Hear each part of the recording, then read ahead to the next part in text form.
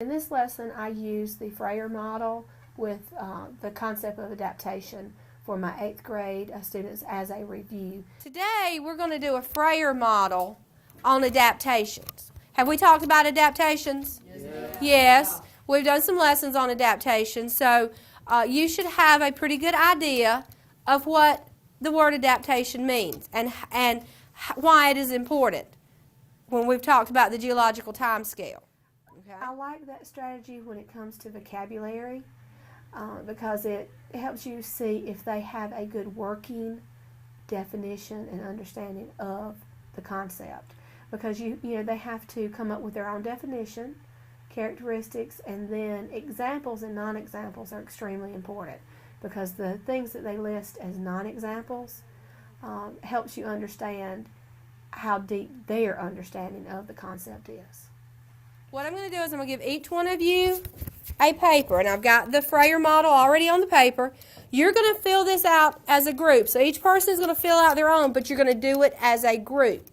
So I want you to discuss, and part of the Frayer Model is we always have the topic or the word in the middle, and then you have a column for the definition and a column for the characteristics.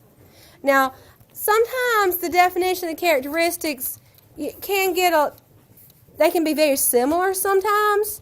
So what I want you to do is really think hard about what would be the definition of adaptation and then talk about the characteristics of it.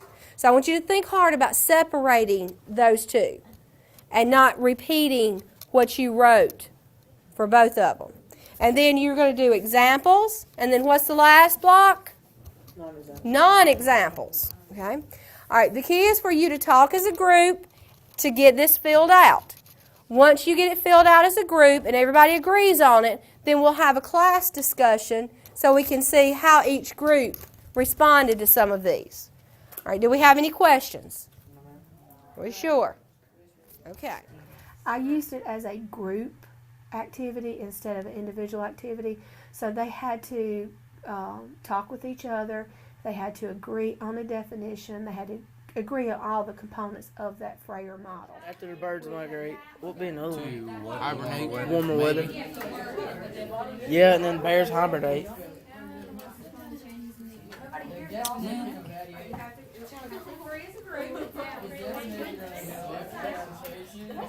What's another one? Bears hibernate. Migrate. Wait, wouldn't those be sensory? Would those be examples of adaptation? I know the birds would be examples of it, but bears, I don't know if that would be. I don't think so. The sound? The sound would do it. Yes, sir. For this one, we had the bears hibernate, but wouldn't that be an example of the sensory instead of adaptation? Well, explain to me. What do you think? I have to get fat for the winter. But they wouldn't be adapting to anything because they'd be sleeping through the winter. Wait, They have to adapt so they can. Yeah, because when they wake back up, the climate and stuff could be different, but I don't know. So what do y'all, that's what I want you to think about. All right, first, what is adaptation? What does that mean? It's when something happens where the animals are forced to adapt when they don't have to. All right, but explain. You said adapt again. So what does that mean? What does that mean? It's whenever they have to change. When they have to change. All right, so they have to change. So they have to make changes? Yeah. And make those changes that will help them in the environment? Yes. All right. So I don't think hibernating would be one. y'all talk about it and you decide what you think, because this is what you think right now, right? Yes, ma'am. Okay. It helped me to see if they understood the definition, if they had that basic understanding of adaptation by completing that Frayer Model. So then I could see if I needed to go back and readdress adaptation, because that is a hard concept for them to understand. The physical change that an organism undergoes. We're all good with that. Put species instead. Then why would you still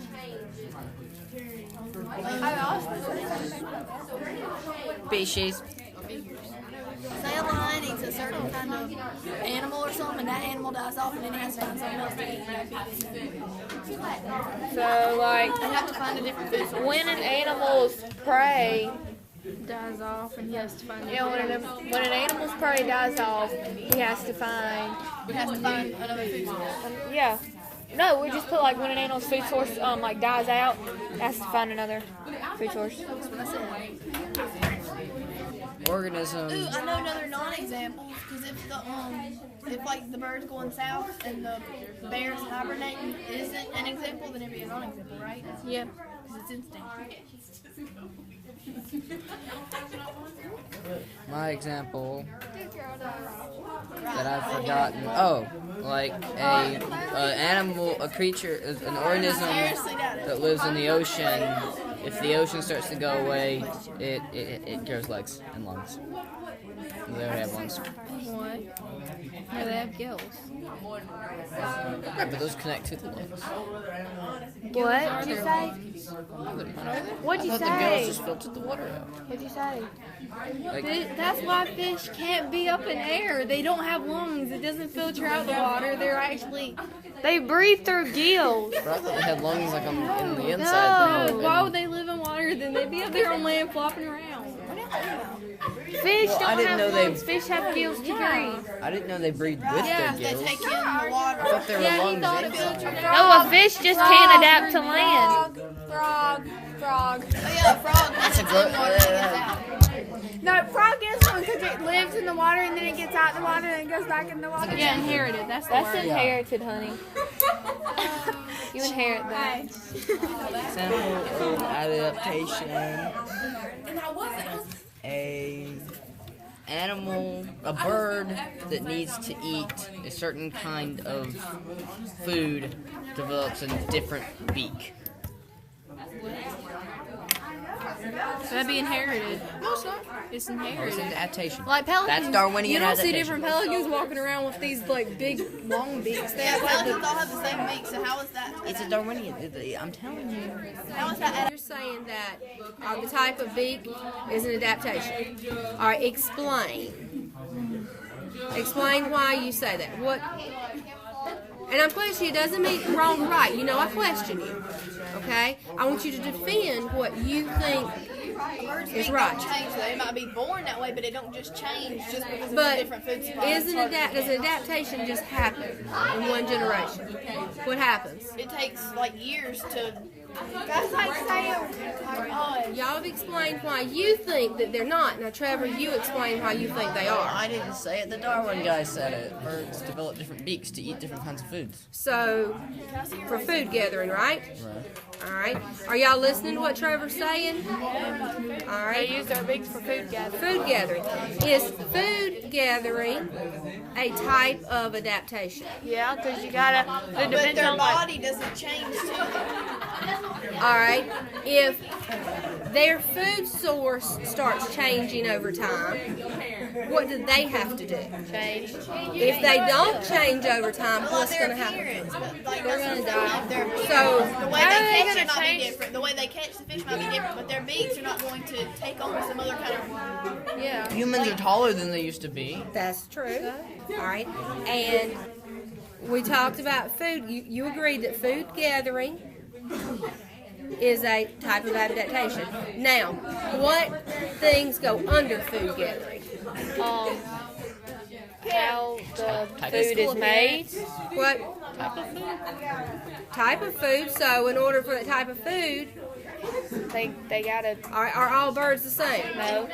All right. And what if their food source, like, what if it dies out? Then wouldn't that be an adaptation if they had to find something else? We They done would have got to find that. We something got else. when an animal's food source So, dies out. go it has back to find the another. beaks. What does the beak help the bird do? Eat it. Catch the food, eat the food. Would that count as food gathering? Yes, it would. Now, let's revisit what Trevor said. Trevor suggested to the group that beaks were an adaptation. So what do you think, Nate? Yes. Beaks are an adaptation, but it just doesn't change. It's not like Like he's talking about, it's a species with like different shaped beaks, like weird, different shaped beaks. We're just saying, yeah, okay, it might get a little bit longer or something, but it's not like gonna change its form Yeah. completely. No, but it might need to get a little bit longer. It might need to get a little bit sharper, Skinnier. skinnier. So would that be an adaptation? so. Can we like just put like So beaks? yes, So you like can. the shape of a beak. You could. So you see, you have to talk about it and hash it out between each other. The shape of a beak on like a different bird. So are we good with it now? Do we all agree on it?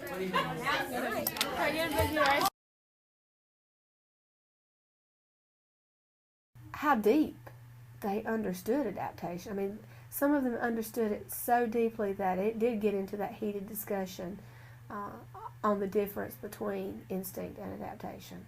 They really took the strategy apart and really dissected the vocabulary.